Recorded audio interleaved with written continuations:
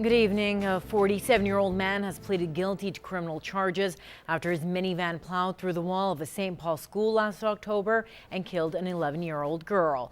Richard Benson pleaded guilty earlier this month in St. Paul court to 1 count of criminal negligence causing death and 2 counts of criminal negligence causing bodily harm. He has not yet been sentenced and is to appear again in court on November 14th. Benson's family said earlier he had a history of seizures and was likely having an attack when he was behind the wheel. Now the van smashed through a window of Sept Junior High School and dove into a lower level grade 6 classroom. 3 girls were pinned under the van. 1 of them died the next day. Well, in a booming community like Lloydminster, workers in lower paying jobs might feel like they're being squeezed out of the housing market. As the prices for new homes continue to increase, some prospective buyers are turning to more affordable older homes. As Kim Smith reports, money doesn't stretch as far as it used to in the housing market. $200,000 10 years ago used to buy nearly any home in town now that buys quite an older homes. The average price range for a 50 or 60-year-old house in Lloydminster is around $190,000, and that's likely a home that needs a bit of work. If you get some that have some windows changed, furnaces changed, and things of that nature, will probably run you a little bit over the $200,000 mark.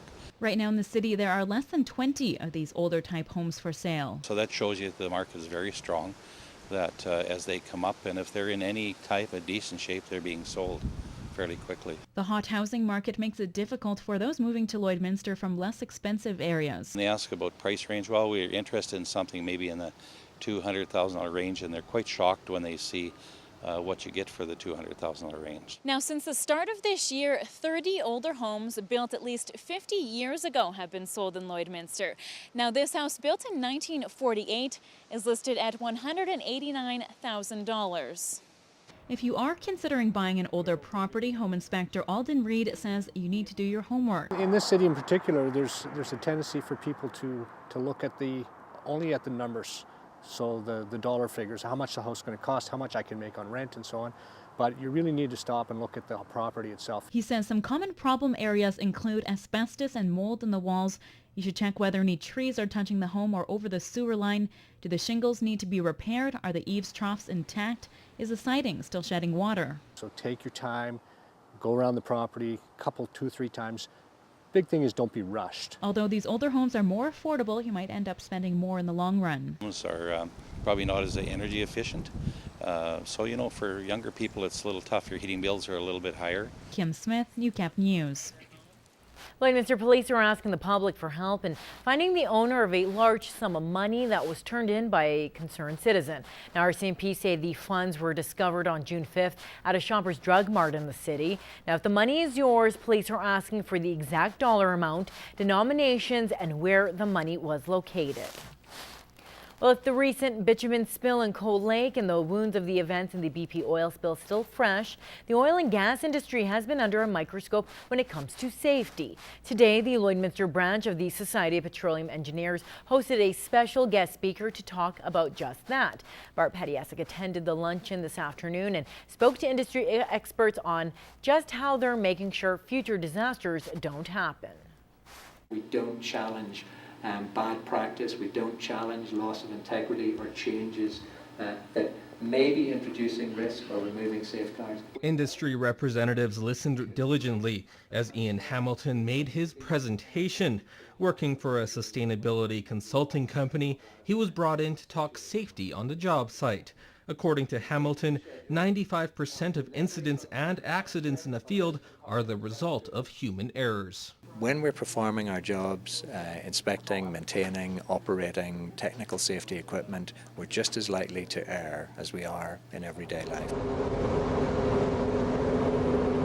One of the most notable spills in the last decade, the U.S. government estimates that Deepwater Horizon spilled more than 200 million gallons of oil into the Gulf Coast, costing British Petroleum more than $24 billion in spill-related expenses. Hamilton says one of the issues came when the blowout preventer wasn't working the way it should.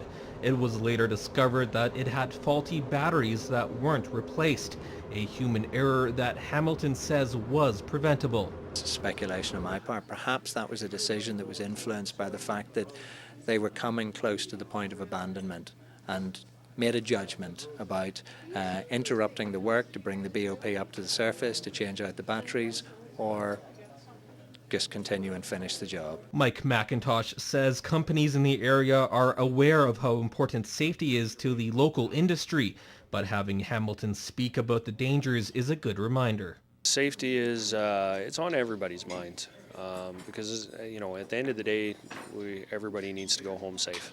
Nobody ever wants to see someone get hurt, so safety is on top priority with every company in the area these days. At the end of the day, Hamilton says it's up to industry leaders to push for more focus on safety in the field, and most of the work should begin before the job even starts. To think about the role that people are going to play in the asset, to think about the jobs that they're going to perform, analyse those jobs, understand the human errors and vulnerabilities that exist within those jobs, and design appropriate control measures. Bart Pediasic, Newcap News. Well, back to local news. In this week's Pet Project, Graham and Jenny introduce us to a 2-year-old dog who's quite laid back and a 1-year-old affectionate cat, now both looking for good homes.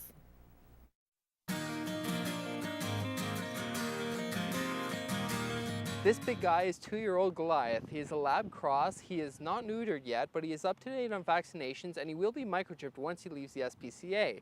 And also, he is a big, friendly giant. Goliath is a pretty laid-back guy. He doesn't care too much for playing fetch or playing with toys. He loves nothing more than just to be with you and get a good neck rub. He loves enjoying the outdoors, going for walks, and exploring his surroundings. If you're looking for a laid-back dog just to give you some company, Goliath is the dog for you. This is Clover. Clover is a 1-year-old tortoiseshell cat. She is not yet spayed, but she has had her first vaccination, and she will get her microchip once she leaves the SPCA. Clover is a very affectionate cat. She loves nothing more than to get cuddles, and occasionally she'll give you some kisses too.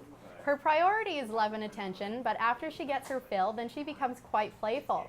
Clover doesn't enjoy the company of other cats, so she will have to go to a home where she is the only cat in the house. Come and check out Clover.